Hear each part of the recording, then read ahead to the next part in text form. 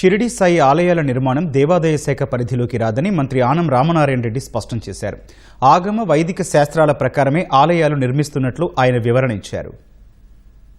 ఏ రకమైనటువంటి విగ్రహాలను ప్రతిష్ఠించాలనే దాంట్లో, ఏ దైవం కావాలనే దాంట్లో అది ఆ ప్రాంత ప్రజలకే వదిలిపెట్టడం జరిగింది. దేవాదాయ శాఖ పరిధిలో ఉన్నటువంటి సీతారామాంజనేయ స్వామి ఆలయం కావాలన్నా, వెంకటేశ్వర స్వామి ఆలయం కావాలన్నా, శివాలయం కావాలన్నా, దుర్గమ్మ వారి యొక్క ఆలయాలు కావాలన్నా, ఏ ఆలయం వాళ్ళు కోరుకుంటే కేవలం 1-2 మా పరిధిలో లేనటువంటివి ఉన్నాయి. షిర్డీ సాయి మందిరాలు మేము కట్టడానికి లేదు, మా పరిధిలో లేనట్టు. అవి తప్ప హిందూ ధార్మిక పరిషత్తులో ఉన్నటువంటి ఏ ఆలయాన్నైనా ఆ ప్రజలు కోరితే అక్కడ ప్రతిష్ఠించడానికి ప్రభుత్వం ఆదేశాలు ఇచ్చింది. ఆ విధంగా పనిచేస్తూ ఉన్నాం. షిరిడి సాయికి ఆలయాలు నిర్మించలేమని చెప్పారు. సో షిరిడీకి వెళ్లే హిందూ భక్తులు కూడా చాలా పెద్ద సంఖ్యలో ఉంటారు.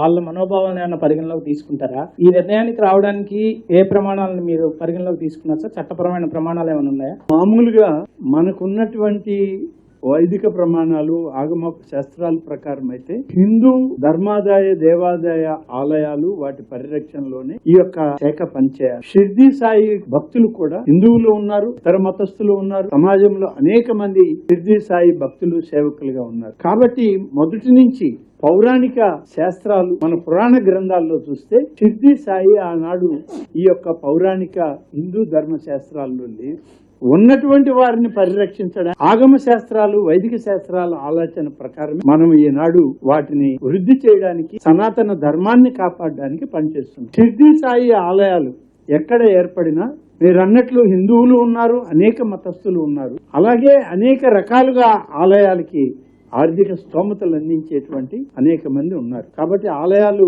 వాళ్ళు అభివృద్ధి చెందుతూనే ఉన్నాయి, వాళ్ళ దగ్గర ఉండి వాటిని పోషించుకుంటున్నారు. కాబట్టి హిందూ ఆలయాలకు చెందినటువంటి ఈ నిధులని హిందూ ధర్మ రక్షణ ఆలయాలకు మాత్రమే మనం ఖర్చు చేయాలి.